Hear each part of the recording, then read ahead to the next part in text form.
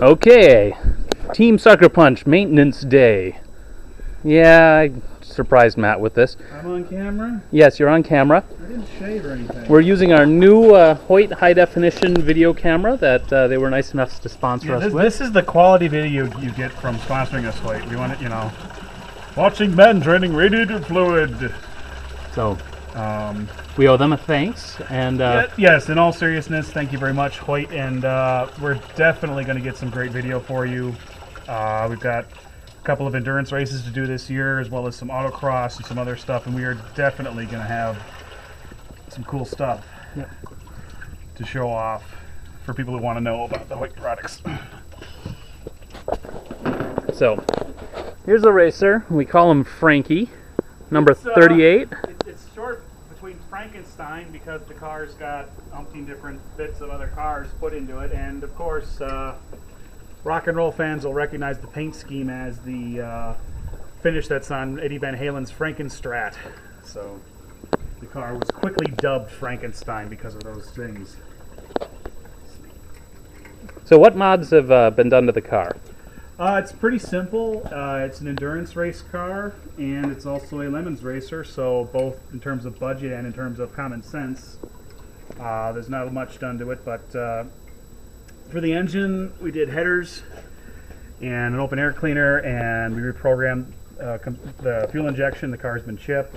We completely removed all the unnecessaries, the air con, smog pump, all of that nonsense, left the building very early on. Beyond that, we mainly concentrated on the other, the more important things for a road racing car. We've got bigger brakes on the car. We've got stiffer springs underneath it for suspension. Real lines, so it goes down the corners halfway decent. Let's see, we got the suspension cam going under there. Oh yes, yes. And it actually picked it up pretty well. That's good. So we did that basically, and this actually, we ran the 24-hour race at Nelson Ledges with this car last year, and we finished the race. A couple of glitches, which you expect with an older GM car, and but beyond that, I mean, we were on the track for like 22 hours out of the 24. Once you subtract out glitches and pit stops and penalty box stops.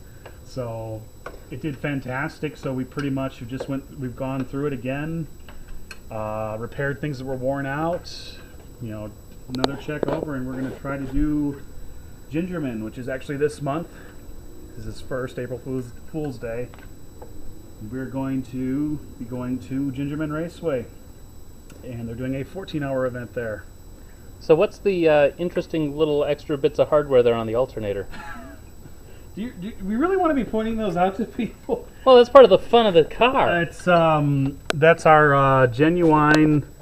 Whose idea was this? I'll say it's mine. I'll take credit for the rednecky nature of our alternator mount, but yeah, just when we eliminated the smog pump and the air conditioning and the belt tensioner. Yeah, belt tensioner, all that. That was our version of a belt tensioner. Was just to move the alternator up. So. It works. It really does.